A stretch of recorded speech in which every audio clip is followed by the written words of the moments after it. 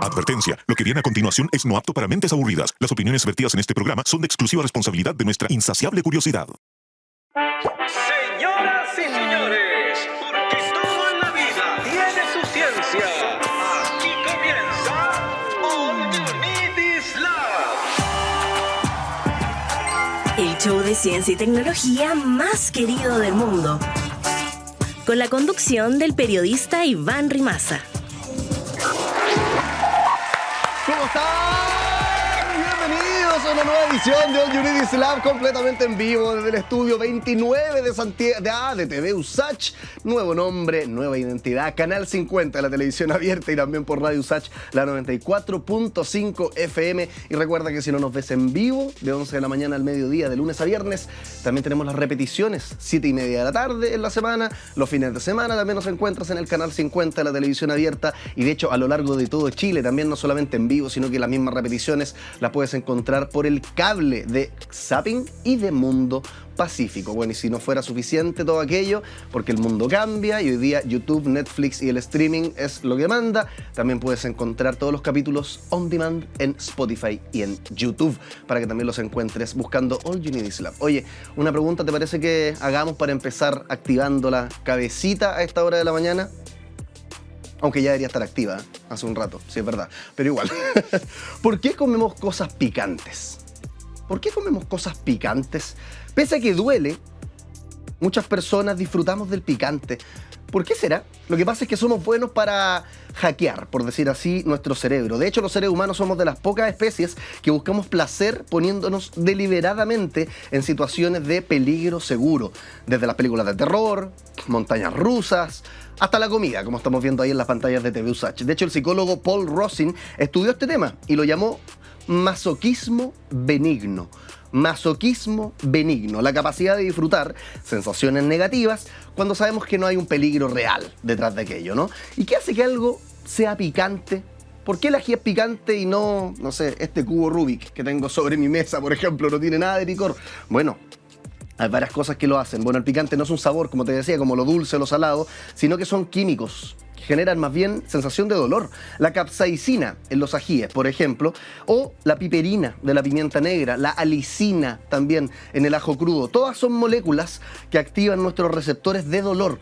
Cuando la capsaicina toca tu lengua, por ejemplo, se une a unos receptores que normalmente se activan con calor extremo y por eso sentimos como que nuestra boca se quema.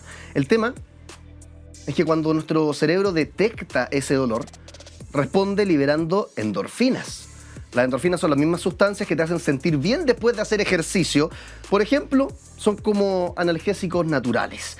Entonces la cuestión es así. Comes algo picante, ¿ya?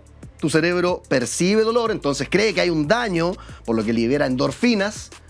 Pero, como no hay un daño real, esas endorfinas que quedan libres, por así decirlo, finalmente terminan causándote una sensación de euforia.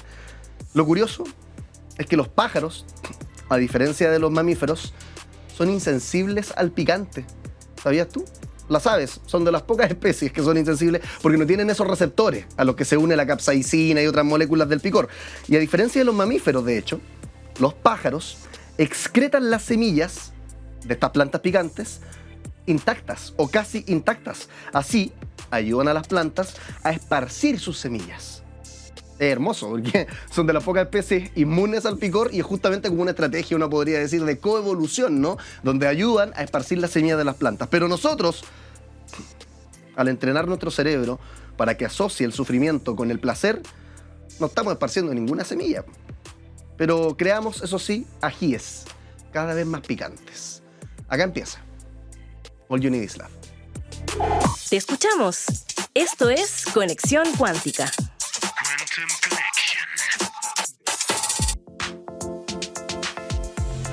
Te leemos porque esa es la idea de tener redes sociales. ¿De qué sirve llenarse de likes, llenarse de seguidores, si es que no escuchamos la voz del pueblo, como decía el artista, ¿no? En Viña del Mar. De hecho, subimos nosotros constantemente y los puedes revisar. Aquí abajito a la derecha de tu pantalla aparece un QR que lo escaneas con el celular y te vas como si fuera la carta de un restaurante, solo que en vez de platos de lujo, caros y preparaciones que de repente te quedan en una muela, esto va a llenar tu apetito de la curiosidad y además completamente gratis, con preguntas respondidas por expertos, como por ejemplo esta que subimos ayer. cualquiera puede ser un cyborg. ¿Qué dice el experto? Sí, cualquiera puede ser un cyborg. Y yo digo cualquiera puede ser un cyborg porque de hecho yo soy una especie de cyborg. En teoría soy como uno de los primeros de Chile. Yo tengo 2 implantes en mis manos. Tengo un chip acá y uno acá. Acá tengo un RFID, que es como el típico chip de control de acceso. Cuando uno va entrando a una oficina y tiene que poner su tarjeta. Como que fuera una VIP. Claro, como una VIP, pero la VIP es NFC, que es el que tengo acá. Con este entro al condominio de mi casa. Siempre se me perdía la tarjeta de acceso. Las niñas jugaban con la tarjeta de acceso, mis hijas. Se te podía romper, te la podían robar. En cambio ahora, claro, no es tan fácil robarme la mano. Oye, ¿y todo esto es como en un garage me implanta esta cuestión? Tal cual. ¿O hay profesionales que No, lo hacen? no. Sigue siendo muy de garage. Por eso que sigue siendo un poco algo que se hace fuera de la norma, por así decir. De hecho, si yo quisiera sacarme este implante, probablemente tendría que ir a una clínica y estarían súper complicados en cómo hacérmelo. El biohacking es ocupar nuestro cuerpo para hacer, de cierta manera, investigaciones y tratar de conectar nuestro cuerpo a un computador o tener un chip. Y en definitiva, esto hace que tengamos más capacidades que un ser humano normal. Parte de las conversaciones que tenemos día a día en este programa que hacemos completamente en vivo por TV USACH y por Radio USACH. De hecho, ustedes comentan, no solamente en publicaciones como esta, tenemos otras a las que no solo le ha ido bien, yo estoy feliz por los likes, el alcance y toda la cuestión, sino que generan un montón de interacción, un montón de comentarios, como por ejemplo, ¿el comunismo es empobrecedor? Invitamos a una economista para hablar de distintos modelos económicos, porque la ciencia no solamente está en el laboratorio, la ciencia está en las ciencias sociales, en las ciencias exactas, etc. También hablábamos, por ejemplo, ¿prohibir el celular en clases es tonto? Invitamos a una experta en tecnología educativa y bueno, este reel que subimos ayer no fue la excepción. Respecto de los cyborgs y el biohacking, veamos qué es lo que nos comentaron ustedes ahí en las redes sociales. Tienen sus 15 segundos de fama por TV USACH. Ya por el hecho, dice alguien, de tener celulares inteligentes con acceso a internet, eso nos convierte en cyborgs, porque son extensores de la memoria. Bueno, lo hablamos con otro experto, de hecho, es verdad, la mente se extiende con dispositivos como el celular, los GPS, etc. Por favor, más espacio a estos invitados, dice alguien. Quiero saber cómo fueron esos procesos, ver cómo funciona. Bien casero, nos decían, no con profesionales. Así que de repente es como irse a hacer un tatuaje, un piercing al 14, hace 25 años atrás, ¿se acuerdan? Que todos los estudiantes hacían la cimarra en condiciones sanitarias deplorables. Bueno, ya quisiera yo tener incrustada la TNE, dice alguien, con el hack de plata infinita. Oye, siempre he pensado eso. La VIP, pegarle una hackeada y que se habla así, tic, tic, tic, tic, tic, tic, hacer pasar a todos mis amigos. Me anoto para el biohacking, pone otra persona ahí, les mandamos saludos a todos ustedes y seguimos haciendo All You Need Is Love. Y ahora, ¿quién podrá explicarnos?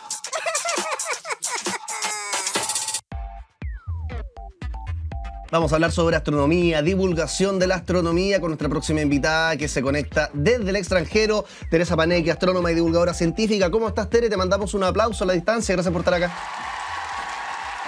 Hola, Iván. Súper contenta de poder acompañarlos. Gracias por la invitación. Oye, Tere, cuéntanos primero, ¿en qué estáis allá? La última vez que leí algo, estabas terminando un doctorado. ¿Se acabó eso? ¿De qué se trata la investigación? ¿Estáis trabajando? Haznos como un update. Sí, bueno, para quienes no me conocen, yo soy Teresa Paneque, soy astrónoma. Efectivamente, el año pasado, en septiembre, terminé mi doctorado en astronomía, que lo estaba realizando en la Universidad de Leiden, en Países Bajos, y el Observatorio Europeo Austral en Alemania. Y actualmente me estoy como dando la vuelta al mundo, estoy en Estados Unidos, trabajo como investigadora independiente en la Universidad de Michigan, y lo que yo trato de hacer científicamente es comprender cómo se forman los planetas y los entornos químicos en los cuales vamos a tener planetas nuevos alrededor de estrellas que son bastante más jóvenes que nuestro Sol. Pero en el fondo, en palabras sencillas, veo planetas bebés alrededor de las estrellas donde están naciendo. Y en paralelo me gusta mucho todo lo que es la comunicación científica. Tengo una serie de libros, El Universo según Carlota, donde trato de hablar de todos estos temas de ciencia, pero en un lenguaje sencillo y a través de una historia de Carlota y sus amigos y los distintos personajes que hay por ahí. Oye, Tere, ¿y cuáles son las dudas que todavía están inquietando a los astrónomos que investigan la formación planetaria? Porque a mí una cuestión que me encuentro fascinante es que acá invitamos muchas veces astrónomos en busca de certeza. Por ejemplo, hablamos con la Laura Pérez, que es experta también en formación planetaria, y terminamos con más dudas que respuestas, ¿no? Por ejemplo, hablábamos de los planetas gaseosos, la cantidad de interrogantes que siguen existiendo al respecto. Cuéntanos, ¿cuáles son las dudas todavía abiertas y en qué se está trabajando principalmente cuando uno investiga formación planetaria? Bueno, mi visión probablemente vaya a ser muy parecida a la de Laura. Laura es mi mentora, mi amiga, mi ídola máxima en la astronomía, es mi astrónoma favorita. Yo hice mi tesis del magíster con ella. Y efectivamente las dos trabajamos en temas muy similares, por eso digo que vamos a tener una respuesta similar. Laura trabaja más en la componente de polvo y yo trabajo más en la componente de gas.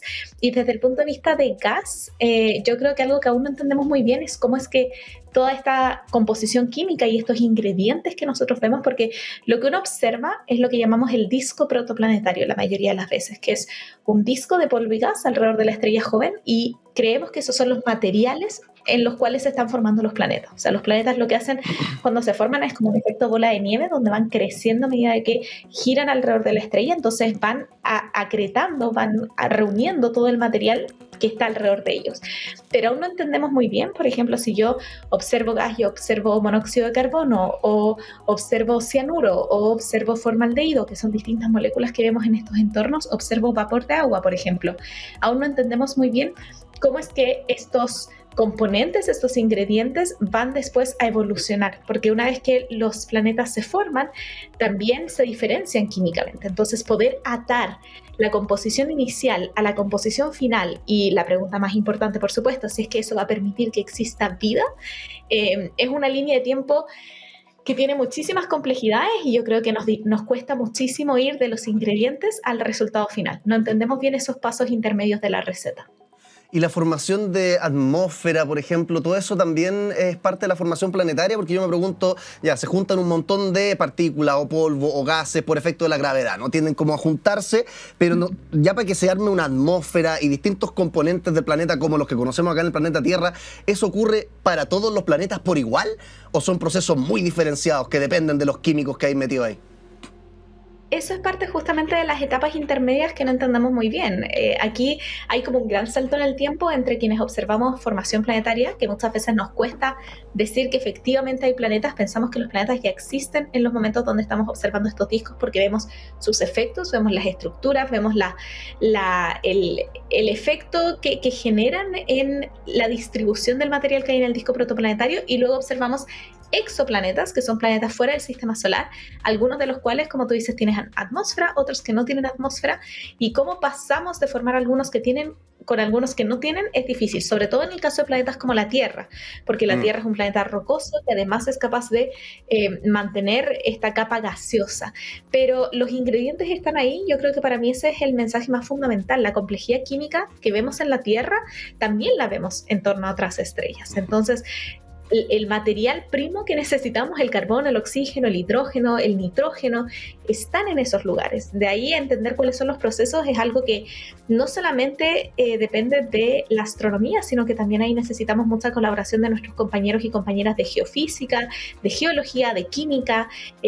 Hay muchas áreas del conocimiento que yo creo tienen que converger para explicar estos resultados, y por eso es tan difícil, porque al final, mientras más yo intento acercarme a un modelo realista que considere todas las variables que están ocurriendo, la diferenciación química, los procesos de sublimación de los gases, la compactación del material, los efectos gravitacionales, lo que está haciendo el entorno, mientras más yo intente hacer un modelo que converja con todos esos parámetros, más difícil es que ese modelo evolucione, porque necesitamos muchísimos recursos computacionales y se vuelve infactible. Así que no tengo una respuesta precisa para tu pregunta, simplemente decirte que tratamos de responderlas desde distintas aristas y desde distintas disciplinas. Oye, ¿y tienen núcleos definidos estos planetas gaseosos? Porque, por ejemplo, misiones como Juno a Júpiter nos han mostrado que podría tener como un núcleo diluido. ¿Qué diablo es eso? Porque nosotros estamos acostumbrados a que la Tierra tenga un núcleo, o al menos así lo muestran en los libros del colegio, bien definido, pero desafía en los planetas gaseosos esta idea de un núcleo sólido bien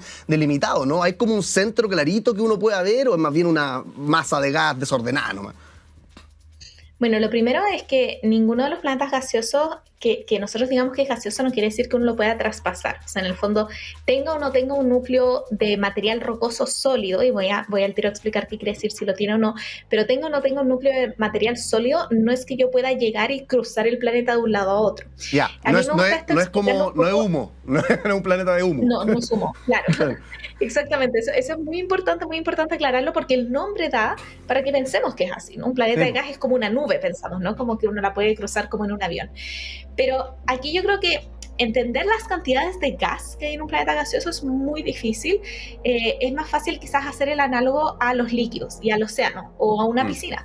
Nosotros sabemos que mientras más nos hundimos en una piscina o en un océano, mayor presión sentimos. Por eso, para ir a las profundidades del océano no necesita submarinos y es súper complejo poder mantenerse firmes frente a toda la presión y todo el impacto que va a tener este material que está por encima de nosotros.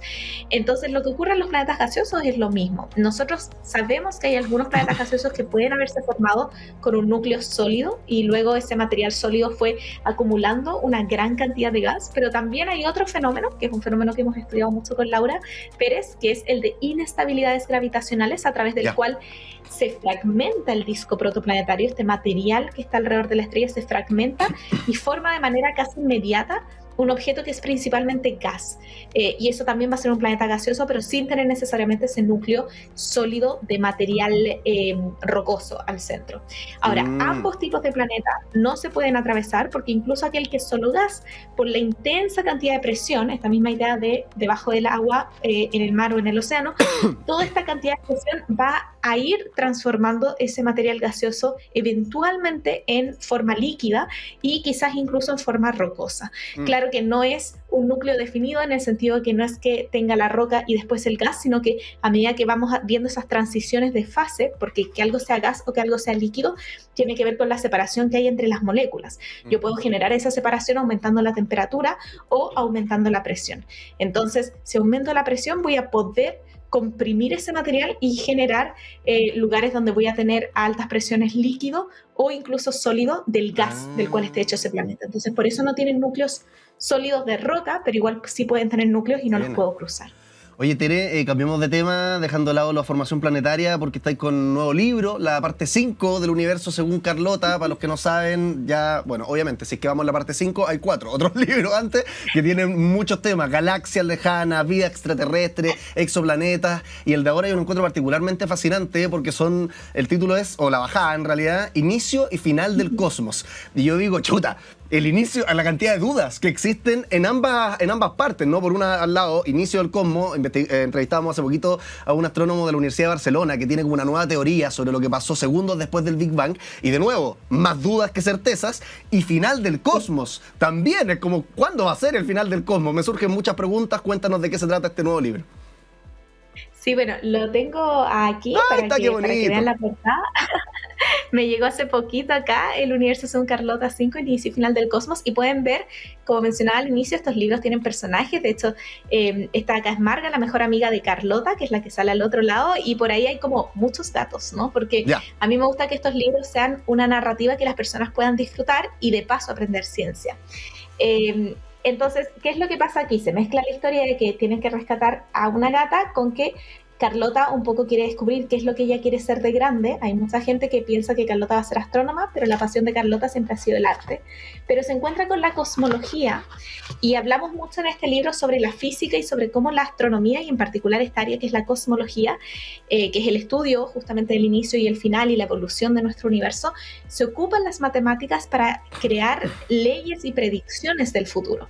Entonces, es a través de las matemáticas que astrónomos y astrónomas pueden predecir y entender cómo era el universo en sus momentos más iniciales y cómo va a ser al final. De hecho, igual estos libros están catalogados como para jóvenes, ¿no? De 9 a 12 años, pero yo igual aquí puse algunas ecuaciones un poco intensas, ¿no? Pusimos ahí la ecuación de Friedman, para que vieran las ecuaciones y también para irlas explicando y cuáles son todos los componentes que entran en juego. Fue muy desafiante escribir el libro justamente por lo que tú decías, Iván, de que estos son temas que hoy en día siguen siendo debatidos. O sea, hace unos años, el 2011, el premio Nobel se lo lleva Brian Schmidt y su equipo, que, entre otras cosas, ocupando datos de un proyecto chileno, del proyecto Calanto Lolo, que dirigieron José Massa y María Muy, el equipo de Brian Schmidt logra mostrar que nuestro universo actualmente está en una expansión acelerada. Y todos nos quedamos con la idea de que el final del universo iba a ser un final dictado por esta expansión acelerada, dictado por el comportamiento de algo llamado energía oscura, que empuja que el universo vaya creciendo cada vez más rápido, y que eso iba a llevar a un final frío y oscuro, porque es un final donde todo lo del universo está tan lejos que solo nos llegan la luz de estrellas cercanas de nuestra propia galaxia, y eventualmente, cuando a nuestra galaxia se le acabe el gas, ya no vamos a ver nada. Este es un final que, de todas maneras, ocurre en miles de millones de años, así que no es algo de lo cual nosotros nos tengamos que preocupar, pero esa era la perspectiva. Ahora, hoy en día, y literalmente hoy en día, porque ha sido del último año, estamos viendo y hay nuevos resultados que nos muestran que quizás la energía oscura pueda cambiar su comportamiento en el tiempo. No entendemos qué es la energía oscura. Entonces eso es algo que incluso en este libro Carlota, Marga, Daniel, Lucía, que son los personajes, van aprendiendo y van diciendo que quizás las cosas no son, tan como parecen, o no son tan simples, o lo que sabemos hoy en día quizás después vaya a cambiar. A mí me da mucha risa porque, por ejemplo, tú decías antes, claro, existen estos otros libros de Carlota que tocan otros temas y hay ciertas cosas que han pasado entre la publicación de los libros y ahora que hay como más datos. Por ejemplo, en el de vida extraterrestre, nosotros hablamos sobre los viajeros interestelares y este año tenemos un nuevo viajero interestelar, ¿no? Tracy Atlas. Entonces, en ese libro, cuando se publicó hace 2 años, yo hablaba de Oumuamua y de Dossi Borisov, pero ahora tenemos a Tracy Atlas. Entonces siempre digo, wow, vamos a tener que hacer correcciones, reeditarlo, agregarlo, no agregarlo. No le quita mérito a lo que ya está escrito, pero es entender justamente que la ciencia va avanzando y que hay muchas cosas que hoy en día aprendemos que después pueden cambiar. En el primer libro, por ejemplo, hablamos de que Plutón antes era un planeta y ahora es un planeta enano. Entonces, eso ha sido también un desafío entretenido de ir escribiendo ciencia, que primero no es necesariamente mi área de especialidad, y ahí agradezco mucho a todos mis compañeros y compañeras de las otras áreas que me ayudan, y por otro lado, ciencia que está en desarrollo y que está avanzando. En el 4º libro de Galaxias Lejanas hablamos del Observatorio Vera Rubin y del ELT, que van a iniciar operaciones. Vera Rubin ya inició operaciones y el ELT en 5 años más ya va a estar en marcha. Entonces, me ha parecido muy bonito ver cómo cosas que habíamos planteado como futuras ya están ocurriendo y cómo también hay situaciones que hoy en día no entendemos, pero quizás en 5 años más sí las vamos a entender mejor. Oye, Tere, voy a poner unos atados sobre la mesa. Te quería preguntar por cuáles crees tú que son los problemas más frecuentes que aparecen al intentar, a propósito del libro de Carlota, tus redes sociales también, divulgar ciencia. Porque es espectacular divulgar ciencia, la pasamos muy bien, pero los principales desafíos, los principales dolores de cabeza, no quiero poner palabras en tu boca, pero a mí se me ocurre, porque de repente reviso los comentarios también en tus redes, no sé, cuando abordamos temas políticos, hace poquito subiste un par de reels, surgen ahí igual hartos comentarios, de repente convencer también a los convencidos de otras cosas, a veces es muy difícil. No sé, ¿cuál dirías tú que es como el principal dolor de cabeza o desafío, más que dolor de cabeza, al tratar de divulgar ciencia en redes sociales? Yo creo que estaba pensando un poco en lo segundo que tú dijiste, porque hay hoy en día un exceso de información en todas partes y eso es maravilloso, tenemos mucha información al alcance, podemos informarnos bastante. Y eso hace que hay muchas personas que piensan tener una visión y una razón absoluta de todo. Cuando nosotros no estamos dispuestos, cualquier persona de cualquier edad no está dispuesta a equivocarse, no puede hacer un buen proceso científico. Eso no quiere decir que lo que yo vaya a decir vaya a ser la verdad absoluta, sino que tenemos que estar dispuestos, y yo intento en mis redes sociales generar un espacio de conversación donde yo te puedo contar algo interesante y darte las razones, y siempre voy a estar feliz de conversar y que tú me digas, pero eso no me hace sentido por ABC, y que podamos conversarlo. Pero hay momentos en los cuales hay gente que está muy pegada en que las cosas tienen que ser de cierta manera o con ciertas descripciones, y creo que eso traba un poco la conversación. Y luego tenemos el otro ejemplo, que es irse como a la otra punta, que son las personas que caen mucho en conspiraciones o en pseudociencias y que también por una creencia fundamental no opinan igual o se basan ya en cosas como que los datos no existen o que no hay ninguna confianza en las instituciones o en la academia, y eso es bastante complejo. Yo creo que ha sido muy complejo ver la tosudez y como la falta de entusiasmo en el diálogo y en equivocarse. La ciencia se basa en plantear modelos y en estar dispuestos a equivocarnos, y yo creo que en redes sociales la gente muchas veces está poco dispuesta a equivocarse, a cambiar de opinión o a aprender algo nuevo. Pero pese a eso, yo siempre digo, mi comunidad es maravillosa, yo estoy muy agradecida de todas las personas que sí interactúan de esa forma, que sí tienen esa capacidad de asombro, esas ganas de aprender cosas nuevas, de hacer preguntas nuevas, y que un poco también me bajan a la realidad de que hay ciertos conceptos cuando uno está en este mundo, ¿no? Que ya te parecen obvios o que te parecen aburridos o temas que yo pienso como, hoy, ¿por qué voy a hacer un video de esto? Como a nadie le va a gustar, y son justamente en esas cosas más simples donde podemos aprender muchísimo y donde la gente sigue teniendo muchas ganas de aprenderlo. Así que eso ha sido maravilloso. Bueno. Y otro tema que quiero tocar muy breve simplemente es el cómo te encasillan, que ahí yo creo que entra el tema de la política, ¿no? Porque hay una expectativa de que tú, como personaje que hace divulgación de ciencias, debes comportarte o debes hablar o debes comentar solamente ciertas cosas.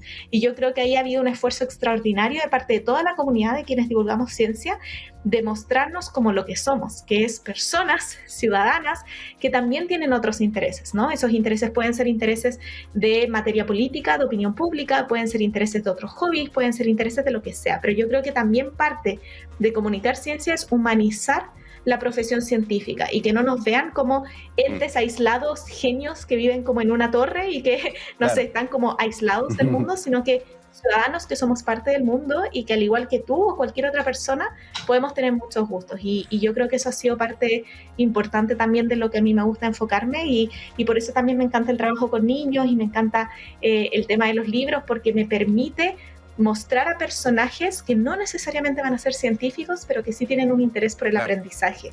Y eso es finalmente lo que nos lleva a democratizar la ciencia, que cualquier persona lo puede hacer y no hay un deber ser de quienes somos científicos o científicas. No, la ciencia no ocurre en el éter, ocurre en un contexto, la hacen humanos y hay que conocer ese contexto y hay que conocer a esos seres humanos. Oye, Tere, te habrás dado cuenta que en este programa tenemos preguntas fascinantes, pero también tenemos juegos, como por ejemplo... ¡La ruleta! Y ya tengo sobre mi escritorio de conductor esta ruleta. Cada uno de esos colores, Tere, se corresponde con una pregunta que haría una persona que está viendo este programa en este momento. Preguntas curiosas sobre la astronomía. Tú bien decías, esas cosas sencillas que de repente los astrónomos dan por hecho. Ya, todas esas preguntas están reunidas acá en la ruleta. Entonces, cuando yo la gire, voy a decir la pregunta a la cámara y tú la desarrollas lo mejor que puedas. Como siempre, puede que sean preguntas que todavía no tienen respuesta, pero bueno, nos pone al día con lo que sabemos. ¿Te parece bien?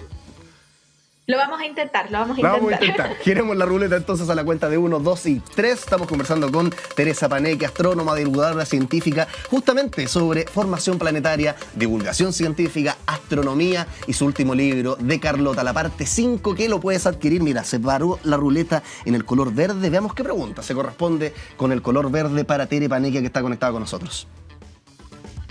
¿Dónde se acaba el universo? Responde la experta. Uy, ¿dónde se acaba el universo? Lo primero es que nuestro universo está creciendo, no tiene un tamaño definido, no tiene un final definido, crece hacia todas partes y el universo es autocontenido. Yo creo que eso es algo muy interesante de pensar, es casi un planteamiento filosófico, no existe una fuera del universo, el universo se contiene a sí mismo y no tiene un final, porque hoy en día se está expandiendo, lo vemos como un espacio infinito, un espacio que está creciendo y que tampoco sabemos, de nuevo, hacia dónde crece o cuál es la dirección. Simplemente sabemos que todo se está alejando de todo. Así que no hay una respuesta definida a dónde se termina. Sí podemos definir el universo observable, que es hasta dónde podemos ver. Porque llega a una distancia en la cual la expansión es tan alta que supera la velocidad de la luz y que ya no podemos recibir luz de esos objetos que están muy lejanos. Claro, pero si yo incluso agarrara una nave y voy a la velocidad de la luz más rápido que la expansión misma del universo y llegar al límite, ¿qué onda? No, ¿se sabe algo de aquello? ¿Alguien se ha hecho esa pregunta? No, eso es una pregunta para cosmología, es una muy buena pregunta que yo creo que Carlota y sus amigos harían en el libro de cosmología, pero no, es un objeto... Yo creo que hay ciertas definiciones o ciertos límites que quizás entran muy en lo humano y en la manera en la cual nosotros pensamos las cosas, pero que para el cosmos, que es algo que está en expansión, algo que es autocontenido, algo que crece y que crea espacio-tiempo, son reglas distintas, ¿no? Son reglas que tratar de llevarlo a lo humano y a nuestras concepciones del día a día, nos fallan esas definiciones, ¿no? Nos falla esa definición del límite del universo porque no hay un límite, y eso es algo que rompe un poco nuestra percepción de que todo tiene que ser finito. El universo no es finito, es infinito. Sí, nos explota la cabeza y genera frustración, pues así como, pero maldita sea, yo creo que tenga un límite para poder entenderlo, pero no, mala suerte, el día de hoy no va a ser así. Oye, Tere Paneque, muchas gracias por conectarte con nosotros, astrónoma, divulgadora científica, te mandamos un aplauso a la distancia, que estés muy bien. Muchas gracias, ha sido un gusto, un abrazo a ti y a todos quienes nos ven. Chao. Chao, chao. Seguimos con más, ¿les parece? All You Need Is Love. La máquina del tiempo. Ay, cómo nos sacaban los dientes en la antigüedad? Y no me refiero a cuando te amarraban con un hilito el diente de leche, lo ponían en la puerta y pegaban un portazo y salía volando el diente. No. Más en la antigüedad. ¿Cómo eran los dentistas en la antigüedad? Viajemos en el tiempo para descubrirlo, ¿te parece? En la antigüedad, los sumerios, de hecho, en el año 5000 a.C., creían que las caries eran causadas por gusanos dentales. De hecho, en Egipto, en el año 3000 a.C., también hay un documento que se llama el Papiro de Ebers, que describe recetas para aliviar dolor de muelas. Menciona, de hecho, a los primeros médicos de dientes que luego en Grecia y en Roma, cortesía de Hipócrates y Aristóteles, se empezaron a armar como ciertas bases también, porque ellos escribieron sobre extracciones y uso de alambres para estabilizar dientes. En China, por ahí por el siglo II a.C., y bueno, hasta el presente, se empleaba acupuntura. También hierbas para tratar el dolor dental. Y avanzó el tiempo, con eso se fue afinando también el trabajo de los dentistas, que, ojo, en la antigüedad todavía no existían como tal, y en el siglo VII, en el mundo islámico, se usaban enjuagues de hierbas, se documentaban de hecho extracciones también con pinzas de hierro. En el siglo XII, en Europa, barberos, cirujanos practicaban extracciones junto con sangrías y otros procedimientos básicos. En el siglo XIV, hay un médico francés que se llama Guy de Chauliac y que describió enfermedades de encías, métodos también rudimentarios para aliviar estas enfermedades, y recién en el siglo XV se empezaron a fabricar prótesis de marfil en esa época o hueso, aunque eran incómodas y poco duraderas. En la actualidad, o la actualidad odontológica, podríamos decir, se inauguró en el siglo XVIII gracias a Pierre Fauchard, considerado el padre de la odontología moderna, quien sistematizó técnicas, también fundó la profesión de alguna forma. En el siglo XIX apareció la anestesia con óxido nitroso, luego con éter, mejorando por supuesto la experiencia del paciente. Imagínate si hoy día ir al dentista ya genera un poco de pavor en algunas personas por el ruido de las máquinas, tener la boca abierta y qué sé yo, cómo habrá sido antes de que existieran anestésicos locales. En el siglo XX se desarrollaron radiografías dentales, ortodoncia, implantes, materiales también como la amalgama, la resina, y ya en el siglo XXI y en el presente, y quién sabe lo que venga para el futuro, ya se usa láser, tecnología muy avanzada, odontología digital, impresión 3D, radiografías 3D y avances en biotecnología dental de todo tipo. Así es como pasamos no solamente de agarrar con un hilo el diente a la puerta, si eso ocurría, yo diría que hoy sigue ocurriendo en muchas casas chilenas, sino que pasamos de los gusanos dentales, que era una creencia de los sumerios como, digamos, causal de las caries, a la medicina moderna con impresión 3D y tanto más. Hacemos una pausa y seguimos con más All You Need Is Love. Hagamos la corta. Ciencia al paso.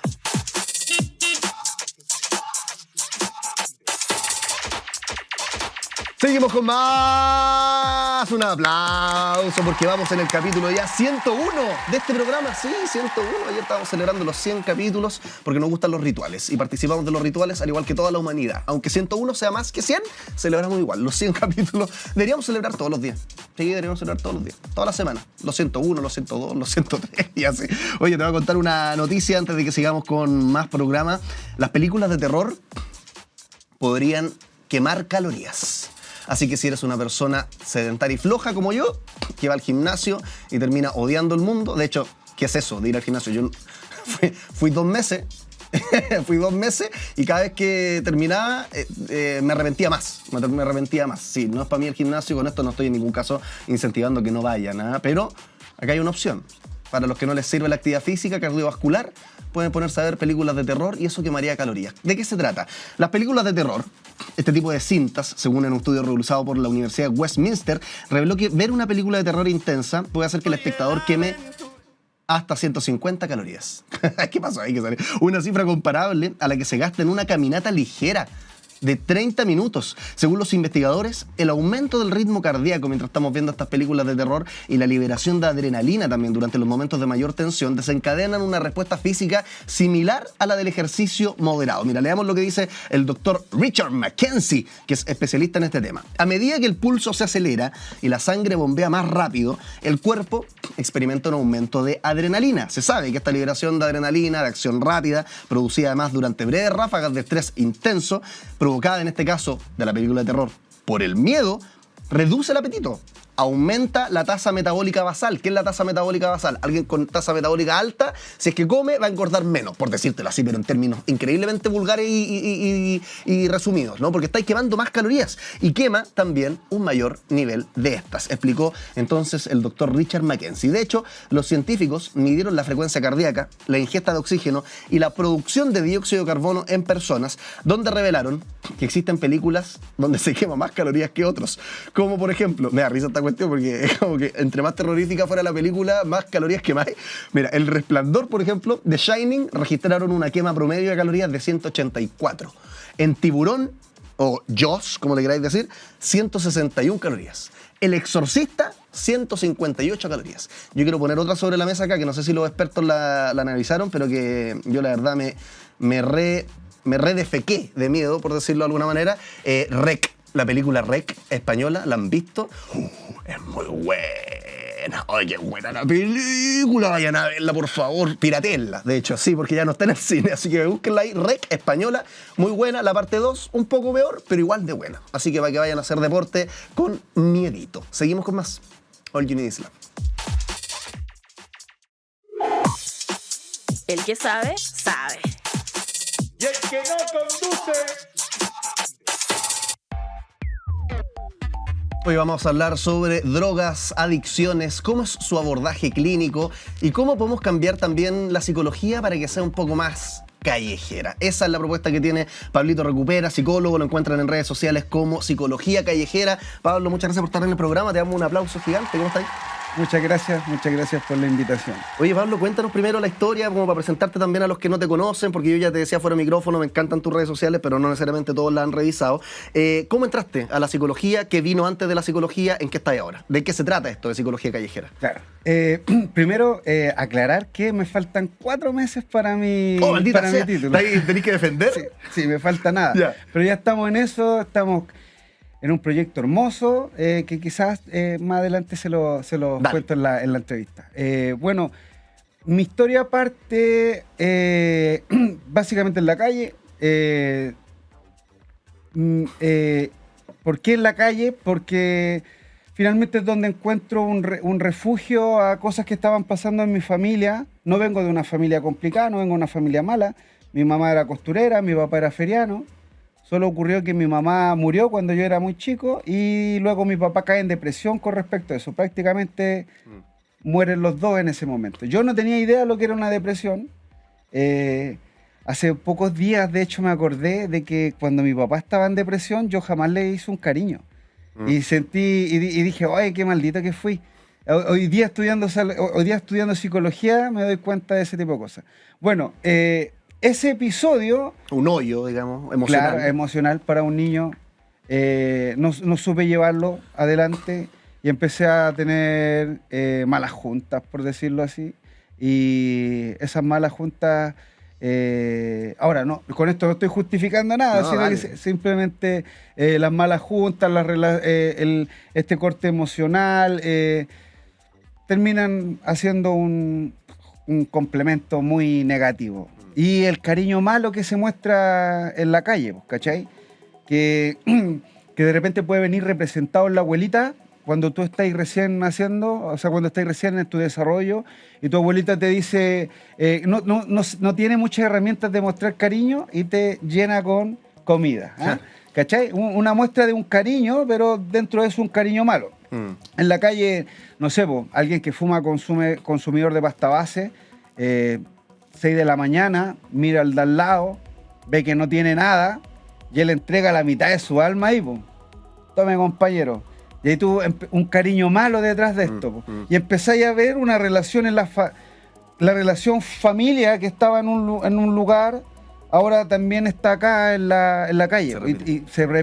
Sí, están estos lugares donde te contienen, están estos lugares donde te dicen, yo estoy contigo, donde entrego la mitad de mi cuerpo en esos momentos, de mi alma, porque es potente un mono de pasta base para un consumidor, sí. Es potente, ¿cachai? Entonces, todas esas muestras como de cariño terminan haciendo que tú hagas una mezcla muy rara de cómo es en realidad lo que es la empatía, lo que es la conciencia, lo que es un amor familiar. Entonces, todo eso se destruye, y empieza en mí unos 20 y tantos años de consumo de pasta base, de cocaína, delincuencia, etcétera, etcétera, etcétera. Situación de calle en algunos momentos, muchos centros de rehabilitación, que creo que finalmente es lo que hace que yo me ponga a estudiar psicología. A pesar de que yo dije ninguno de estos centros de rehabilitación me sirvió, cuando entré a la universidad me di cuenta de que sí, todos esos centros. Eso te quería decir, Pablo, porque yo vi un reel tuyo en el que describías una experiencia, no sé si te pasó a ti, pero de un centro de rehabilitación donde como que les tiraban harina en la cara, Claro. y sabéis que eran terapia, pongámoslo entre muchas comillas, pero mucho más cercana a una tortura, a una humillación, que un abordaje clínico compasivo de lo que sería un consumo problemático. ¿Qué es lo que viste y cómo creéis que debería ser realmente el abordaje de estos problemas? Año 2000, primer centro de rehabilitación, ¿ok? Todavía derechos humanos no estaba como muy... Como tema. Dentro de las casas terapéuticas. Por lo tanto, ya aquí ya no era harina, no era huevo, no era agua. Aquí era basura, ¿cachai? Entonces había un círculo donde yo, sin entender mucho, mi primer centro de rehabilitación, lo único que quería era chantarme. 18 años, no teniendo idea de la vida, no teniendo idea de salud mental, de la ciencia, de investigar, nada. Solamente sentado ahí esperando que alguien me cure. Y de repente un tipo adelante te dice, te portaste súper mal, gánate aquí adelante. Su recaída, pues, típico del proceso, ¿cachai? Me ponen adelante, yo joven, sin entender mucho, se empiezan a pasear los compadres que son... Del centro, digamos, ¿no? Claro, tus compañeros. Ah, ya. Y a cada uno de tus compañeros le dan la oportunidad de que te dé una ayuda, entre comillas. ¿Ya? Usted, compañero, y todo lo que pudieran... Una sarta de garabatos, palabrazos, y que dejáis votar a tu familia. Ya. Y esa era la terapia, ya. Claro. Y después viene un tipo, el terapeuta, y su balde de basura, en ocasiones con papel confort y usado y todo el asunto. Así que tú es potente. Me mantuve ahí, debe haber sido un año más o menos. Salí cuenteado, creyendo más encima que había aprendido algo. ¿Cachai? ¿En serio? Sí, porque yo me imaginaría que quedáis traumado y odiando el lugar, pero no, o sea, te hace la idea de que esto funcionó, me hicieron bien. Al contrario, sí, eso es lo más gracioso de todo, y ahí tú empezás a entender cómo es que cómo el condicionamiento clásico funciona muy bien de repente, incluso yo creo que ni siquiera ellos saben. El que está haciendo la terapia ni siquiera sabe muy bien qué es lo que está haciendo en el otro personaje. El asunto es que aparte de estas terapias que son como... A todo esto estamos reventando mística en esto. Lleno de hater, de personajes que vivieron estas cosas y que hasta el día de hoy todavía se viven, pero ya el tarro de basura déjalo afuera. Hoy día la harina, el huevo y el agua es lo que está dentro de muchos centros de rehabilitación. Claro. Las casas hoy día no están todas certificadas, no están todas metidas en el Ministerio de Salud. Por lo tanto, son muchas las que están haciendo lo que quieren. Claro. Las que te sacan a vender bolsas. Ya. Esas son las que me tiran a mí diciendo, oye, Pablo, estás rompiendo mística. Eso no se habla porque se rompe mística. Es como revelar el secreto del mago. Es revelar el secreto del terapeuta. Entonces, la otra vez cuando yo hablé de este tema, por interno, un montón de personas diciendo, oye, entre que soy sapo y entre un montón de cosas que yo digo, finalmente yo aquí, cada uno tiene su parada en su historia. Yo soy mi historia, ¿ok? Yo vivo a través de lo que viví en mi historia y todos percibimos la vida a través de eso. Por eso la posibilidad de llegar a una verdad es tan difícil. Por lo tanto, a partir de mi historia, lo que yo sentí, lo que viví fue terrible. Y eso fue lo que al final a mí me dice, hermano, no lo vivamos más, ¿cachai? Y pongámonos a estudiar y nos vamos a poner a estudiar para ir a romper políticas públicas que deben estar interfiriendo en que el personaje sepa que existe mucho más que 2 o 3 cosas para salir de la adicción. Oye, ¿qué es lo que más te ha gustado de estudiar psicología? ¿Qué sería para ti una psicología con calle o una psicología que en definitiva entienda que estamos trabajando con seres humanos, pues con otras subjetividades, no con cosas, ¿cachai? Que hay que corregir, como probablemente lo piensan esos terapeutas que tú recordabas? Claro. ¿Cuál ha sido como el principal volado de cabeza? Así que he dicho, wow, sí, quiero hacer esto, quiero cambiar el mundo. Todo esto parte con un tema, con un proyecto, senderismo sustentable. ¿Ya? Caminar, hacer trekking y recoger basura al mismo tiempo. Con un grupo de niños, éramos los Church. Cuando van a mi página en Instagram, Psicología Callejera, vayan hasta el fondo y van a ver este proyecto que salió en muchos canales de televisión. A partir de eso, un amiguito mío, que tenía 22 años en ese entonces, se juntaba con un viejo como yo que se le estaban ocurriendo estas tonteras. Me dice, tú tenías algo, Pablo, mira las cosas que he conseguido. Más encima los cabros ya no solo jugaban a la pelota en el pasaje, ahora los cabros estaban haciendo como juegos de garage donde hacían ventas para los animalitos, para llevar cosas para arriba, para el cerro, ¿cachai? Para comprar bolsas. Entonces había otro juego. Y me dijo, tú estás se generan cosas detrás de lo que tú pensás como proyecto. Y ahí potente. Sí, potente. Yo dije, y uno de los periodistas, que este ecologista Gianfranco Marcone. Ya, sí, que hace el tiempo, de hecho. Sí. Él me dijo, tú tenías algo especial. Porque eres muy, como que tiraba mucha cuña cuando estaba en esta conversación, en la entrevista que él me está haciendo por el proyecto. Entonces mi compañero se sostiene de eso, me dice lo mismo, y a partir de esto yo digo, bueno, cualquier centro de rehabilitación, logré salir de la adicción, la idea también está dentro de, podemos estudiar psicología. Y ahí me planteo la idea de ponerme a estudiar psicología. A partir de esta cuestión que tenía que ver con el medio ambiente, yo me pongo a estudiar psicología porque a mí el medio ambiente me cambia. Entonces yo quería estudiar psicología para hacer un círculo de recuperación gigantesco donde yo iba a ir a recuperar la naturaleza a partir de los personajes que yo recuperara aquí en Los Citadinos, ¿cachai? Claro. Por eso era un gran círculo de recuperación. Entonces yo de los cerros bajaba botellas que estaban botadas de los que van a vacilar, las cortaba y hacía vasos. Ya.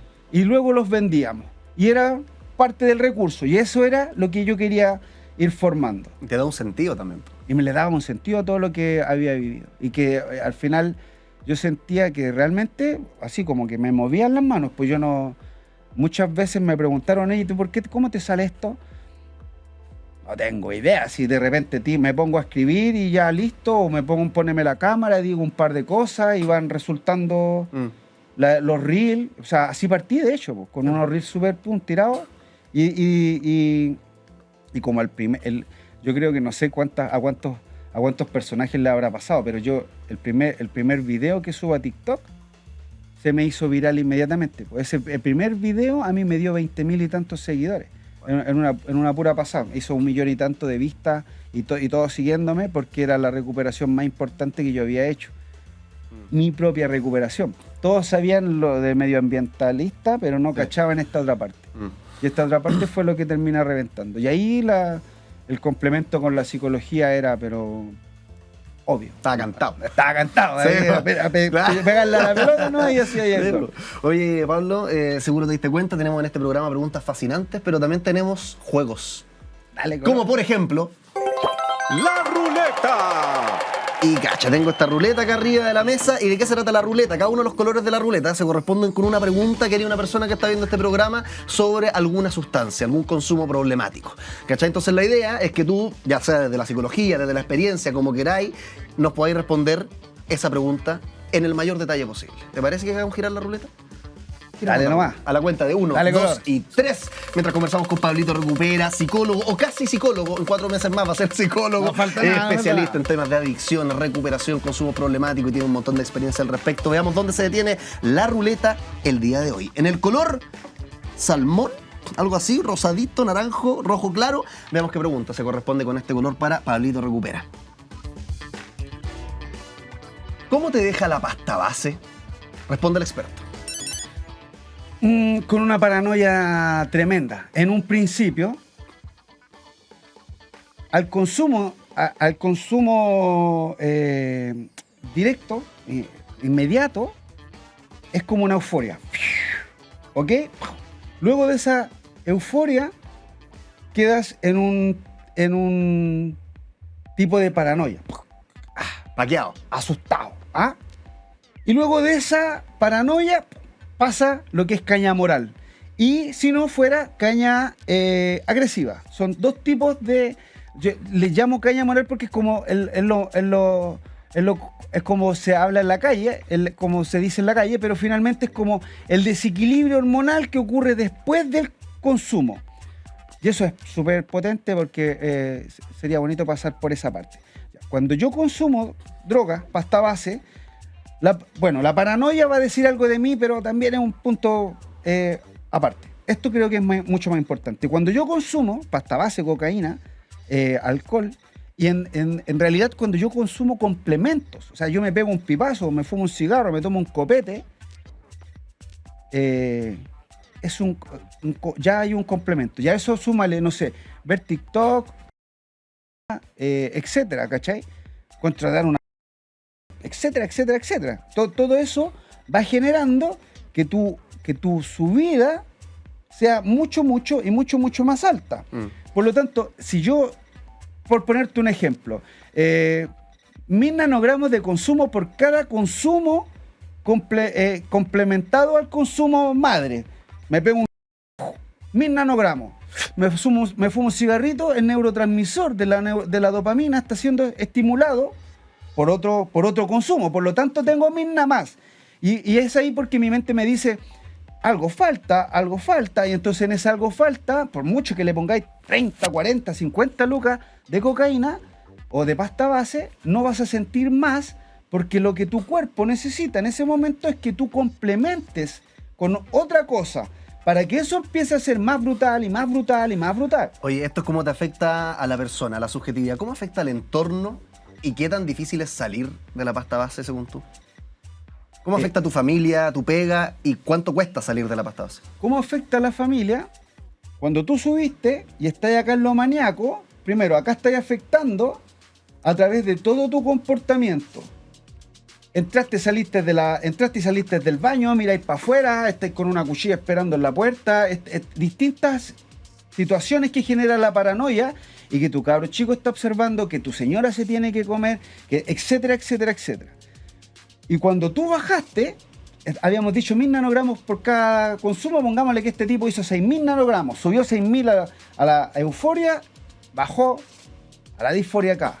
Y acá ataca lo depresivo o lo agresivo, porque es un desequilibrio hormonal donde en ese lugar yo voy a empezar a presentar la culpa por el consumo para quienes han problematizado el consumo y lo agresivo para quienes todavía no la problematizan, casi siempre los jóvenes. Entonces, siempre tienen el desequilibrio hormonal, no saben que lo viven, y cuando lo viven, como no hay argumentos que digan que vos sois que todavía es muy joven, todavía no tiene muchos problemas, yo despierto y digo, papá, que molestáis, mamá, papá, y andáis salís para la calle, le echáis la niña a medio mundo, porque estáis en este desequilibrio hormonal que ahora genera una caña agresiva. El otro punto es una caña moral, donde te vaya a verte en la cama, llorando, suplicando y pidiendo que me saquen esto, y es una caña moral tan potente, un desequilibrio hormonal tan potente que genera... Tu cabro chico está al lado, tu señora está al lado,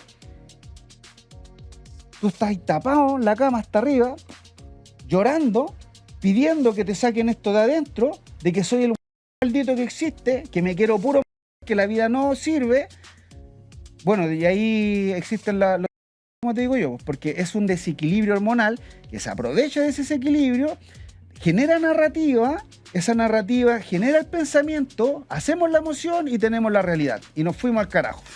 Oye, qué fascinante descripción, Pablito Recupera. Casi psicólogo, lo pueden seguir en @psicología callejera. No, pero psicólogo, ya el conocimiento está. El conocimiento está en la cabeza de alguna manera. A 4 meses. Falta la formalización. Muchas gracias por estar en el programa, Pablito. Nuestro público te da un aplauso, que esté muy bien. Muchas gracias. Muchas gracias. Seguimos con más All You Need Is Love. De todo el programa de hoy, partí preguntándote ¿por qué comemos cosas picantes? Hay toda una respuesta ahí, desde la neurociencia, lo que pasa en nuestra lengua, la capsaicina, que es el componente que tienen los ajíes que nos hace picar.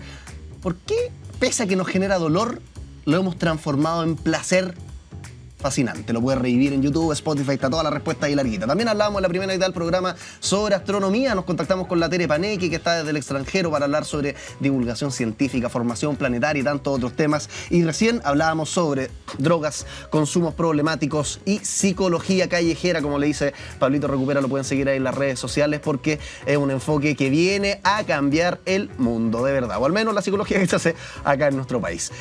Nos vemos en otra, ¿te parece? Nos encontramos como siempre de 11 de la mañana al mediodía, completamente en vivo porque TV USACH, Canal 50, la tele abierta, y también por Radio USACH, la 94.5 FM. Que estén muy bien. Chao, chao.